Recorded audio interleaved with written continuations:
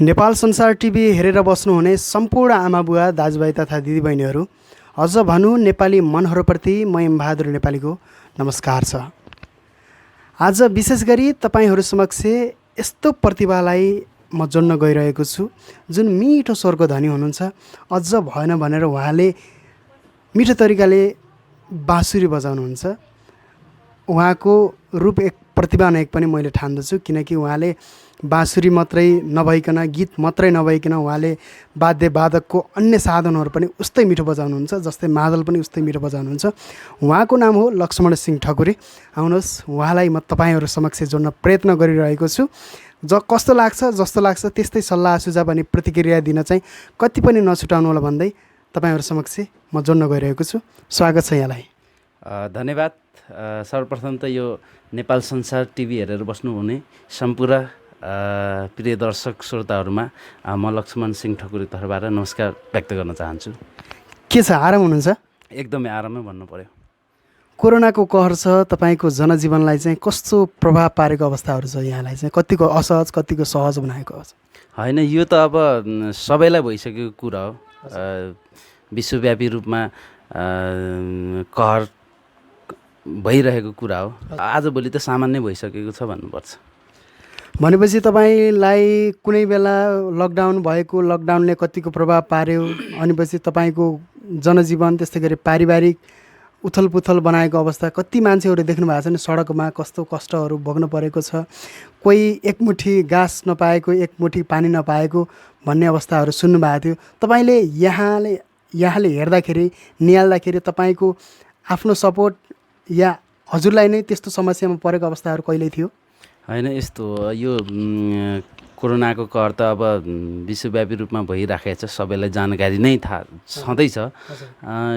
सबैलाई भइरहेको कुरा हो। यसले न धनी भन्यो, न गरिब भन्यो, न बुद्धिजीवी भन्यो, न सानो मान्छे भन्यो, सबैलाई भइराखेको कुरा हो। अब यो सुन्नमा आइरहेको छ, धेरैलाई दुःख परेको छ। सपोर्ट पनि गरेको छैन, तर मलाई पनि त्यति दुःख चाहिँ नि भएको छैन। ठिकै लाग्छ। तर जहाँ छौँ हामी राम्रोसँग अलि सेभ रहौँ भन्न चाहन्छु सम्पूर्णलाई। ओके दर्शक पनि, मैले मिठो गीत गाउने भनेर भने होइन, धेरै कुराकानी गर्दा पनि तपाईँहरूलाई कस्तो कस्तो लाग्ला, एउटा सुरुमै एउटा मिठो साङ्गीतिक आवाज जोडिदिनको लागि अनुरोध गर्न चाहन्छु। पक्कै पनि। यति बेला अब दसैँ आउन लागेको छ, एउटा दसैँको गीत। यो गीत यहाँहरूको लागि। म त बरु भोकाइनी सुथे, हो छोरा छोरी सानै छन् के बुझ्थे, खरैको झुपडी बार्नी केले हो।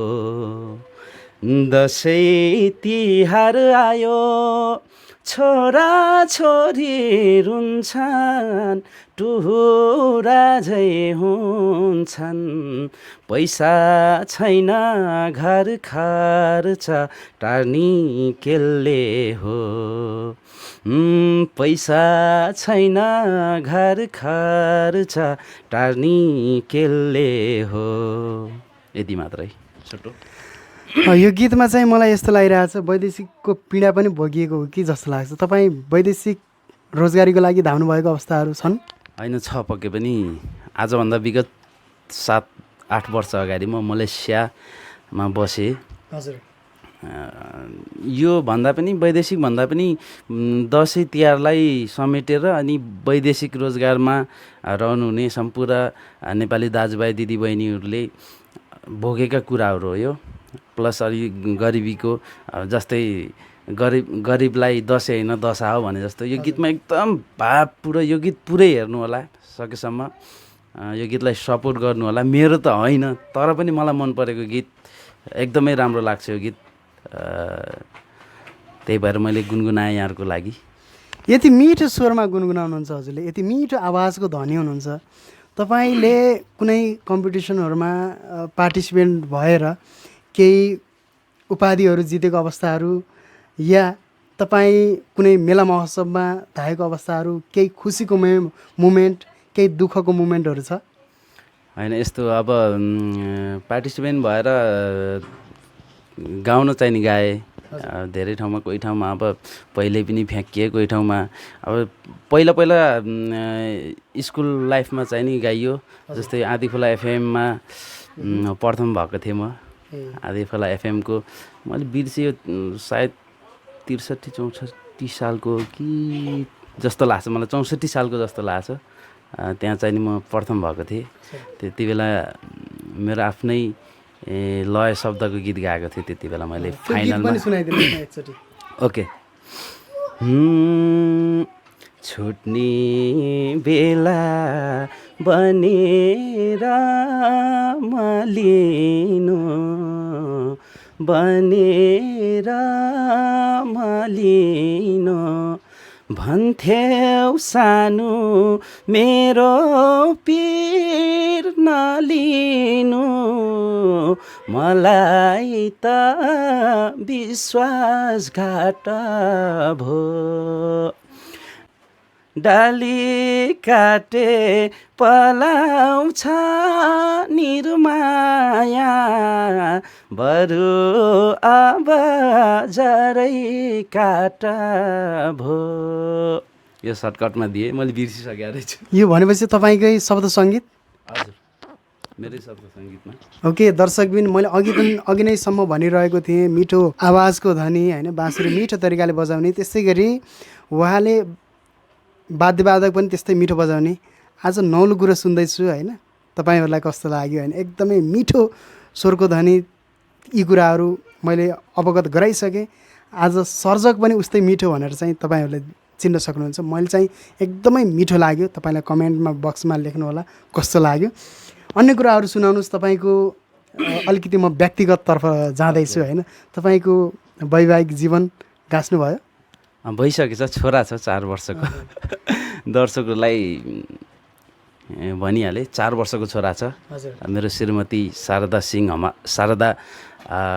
ठकुरी, छोरा रूपक सिंह ठकुरी। वैवाहिक जीवनमा बिहा दिनुभयो, लभ म्यारिज कि एरेन्ज म्यारिज? यो लभ म्यारिज भनौँ, लभ म्यारिजै भनौँ यसलाई। लभ म्यारिज गर्नुभयो। कसरी भयो तपाईँको अनि म्यामको भेटघाट अनि चिनजान कसरी भयो? मैले माफ गर्नु होला, व्यक्तिगत जीवनमा थोरै प्रवेश गरेँ होइन। यसो गर्नु राम्रो हो कि नराम्रो, तपाईँको मनले जे भन्छ खुलाउन सक्नुहुन्छ या यी कुराहरू नगरौँ पनि भन्न सक्नुहुन्छ है? होइन, यो खुलाउनु के ठुलो कुरो होइन। यो अब लभ म्यारिज नै हो।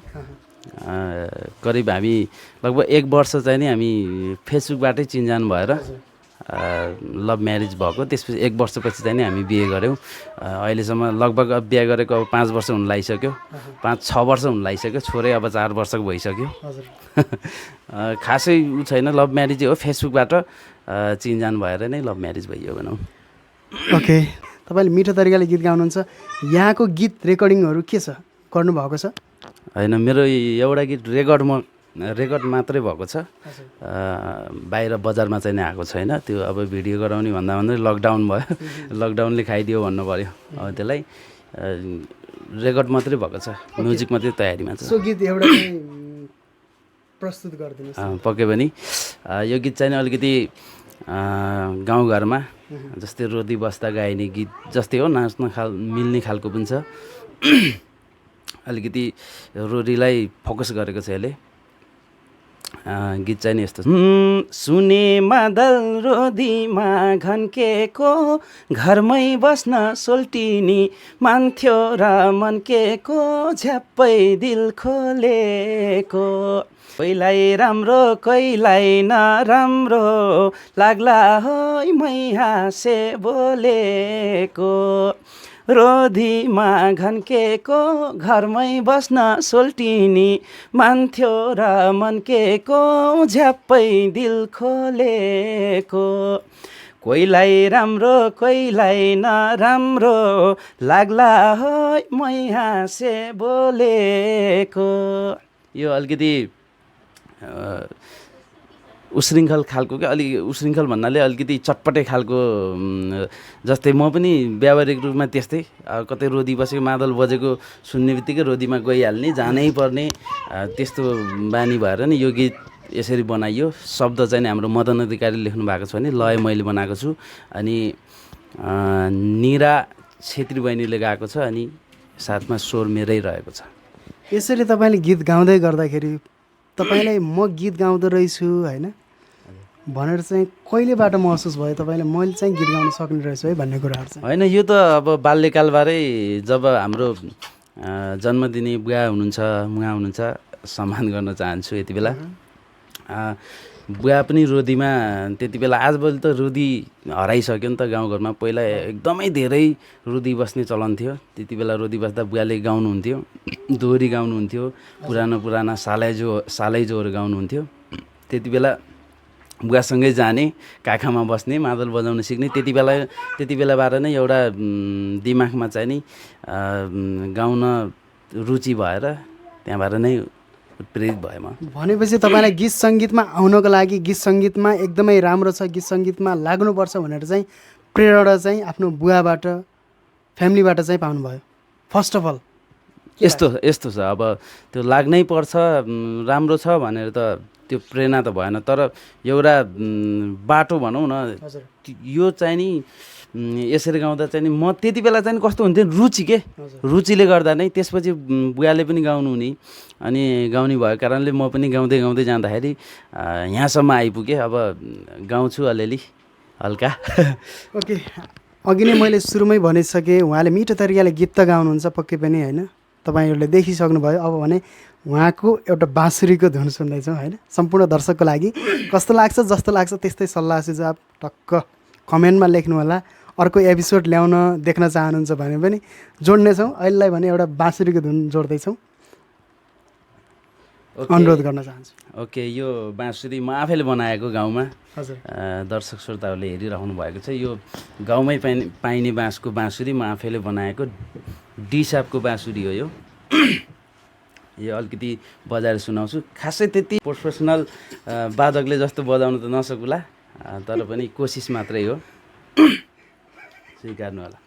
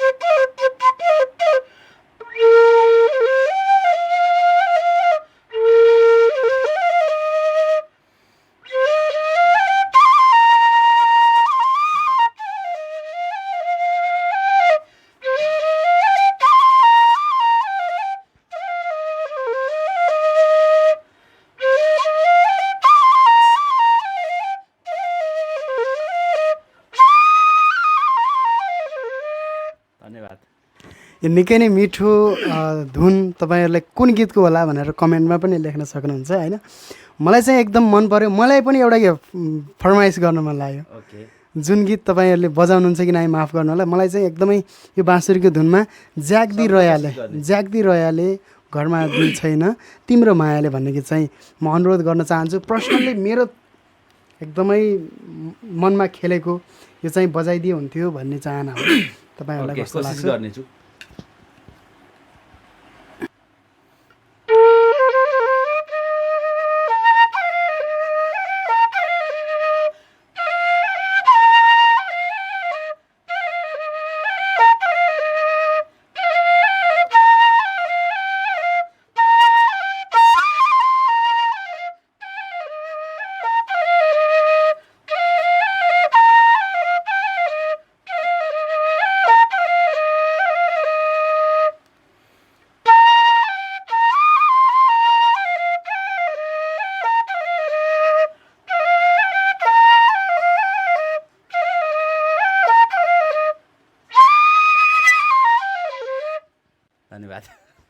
यति मिठो तरिकाले बाँसुरी बजाउनु भयो होइन।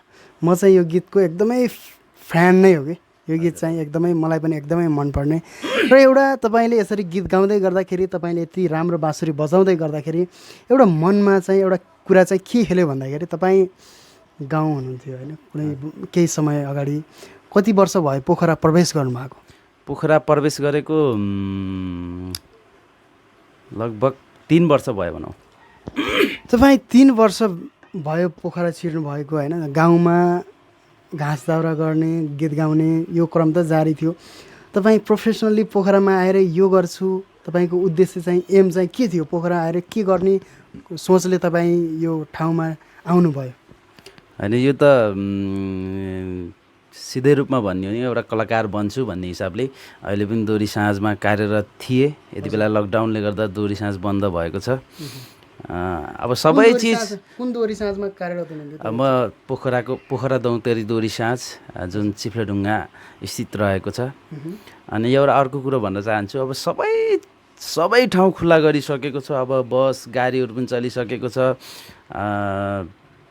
ठुल्ठुलो मलहरू पनि चलिसकेको छ, तर दोहोरी मात्रै चलेको छैन। यो हामीलाई पनि अलिकति बाँच्न अप्ठ्यारो परिसकेको छ।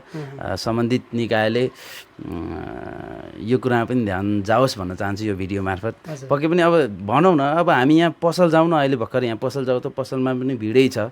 एउटा कपडा किन्न जाउँ अब मलमा जाउँ, जस्तै अहिले पोखरामा रहेको ट्रेड मलमै जाउँ कति भिडभाड छ। मास्कै नलाएर हिँड्ने भइसक्यो नि त यति बेला त। अब यो हाम्रो दोहोरी मात्रै किन भन्ने एउटा प्रश्न मेरो दिमागमा रहेको प्रश्न यहाँहरूको लागि यो बोल्ने मौका पाएको अनुसारले बोलिहालेँ। ओके दर्शकबिन, हामी भने अब अन्तिम प्रहरमा आइसकेका छौँ होइन लक्ष्मणजी। अब हामी बिट मार्ने जमर्कोमा छौँ, जाँदा जाँदै एउटा गीत पनि सुन्नेछौँ। त्योभन्दा अगाडि के भन्न चाहनुहुन्छ सम्पूर्ण दर्शकहरूको लागि? सम्पूर्ण दर्शकहरूलाई यो भिडियो हेरिदिनु भएको छ, धेरै धेरै धन्यवाद दिन चाहन्छु सम्पूर्णलाई। अब माया गरिदिनु होला, यो नेपाल संसार टिभीलाई सब्सक्राइब गरिदिनु होला, लाइक कमेन्ट छोडिदिनु होला भन्न चाहन्छु। यो नयाँ च्यानल हो, प्रगति हुँदै जानेछ। यो नयाँमा सुरुवातमा कसैले पनि एकैचोटि अगाडि बढ्न सक्दैन। यहाँहरूको साथ सपोर्टले पक्कै पनि यो च्यानल अगाडि बढ्नेछ भन्न चाहन्छु। ओके, अब भने एउटा गीत सुन्छौँ अनि त्यसपछि हामी बिदा मार्छौँ। एउटा गीत म आफैले बनाएको मेरै कम्पोजमा यो गीत यहाँहरूको लागि। यो पनि रेकर्ड गराउँछु मैले केही समय पछाडि, प्रतीक्षा गर्नु होला।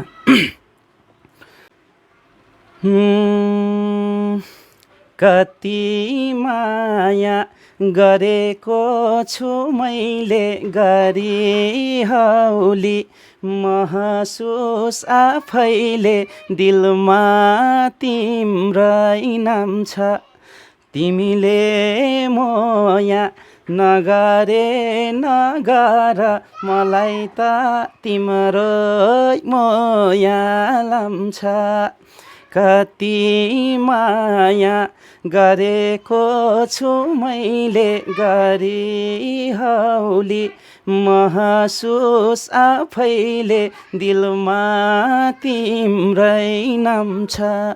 तिमीले मोया नगरे नगर मलाई त तिम्रै मोया लाम्छ। तिमीले मोया नगरे नगर मलाई त तिम्रै मोया लाम्छ।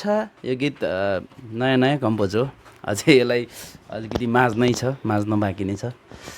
ओके, लक्ष्मण सिंह ठकुरीजी होइन, यति मिठो आवाज, मिठो बाँसुरी होइन, अन्य जस्तै वाद्यवादक पनि भएको भए अझै जोड्नुहुन्थ्यो यो भिडियोलाई, अझै लामो समय बनाउनुहुन्थ्यो। निकै नै मिठो गीत गाइदिनु भयो होइन। हामीलाई, हाम्रो सम्पूर्ण टिमलाई हजुरको व्यस्त बावजुद पनि समय दिनुभयो, धेरै धेरै धन्यवाद व्यक्त गर्न चाहन्छु। तपाईँको जीवन थोरै लकडाउनले अलिकति प्रभावित बनाएको छ भन्नुभयो होइन। तपाईँको जीवन चाहिँ लकडाउन खुलेपछि यस्तो भओस् कि दिन 2 गुणा रात 4 गुणा हुँदै जाओस्। हाम्रो सम्पूर्ण टिमबाट तपाईँलाई शुभकामना व्यक्त गर्दै बिदा हुन चाहन्छु। हस्, धन्यवाद। नेपाल संसार टिभी हेरेर बस्नुहुने सबैलाई धेरै धेरै धन्यवाद व्यक्त गर्दै हाम्रो नेपाल संसार टिम पनि बिदा हुन चाहन्छौँ। नमस्कार।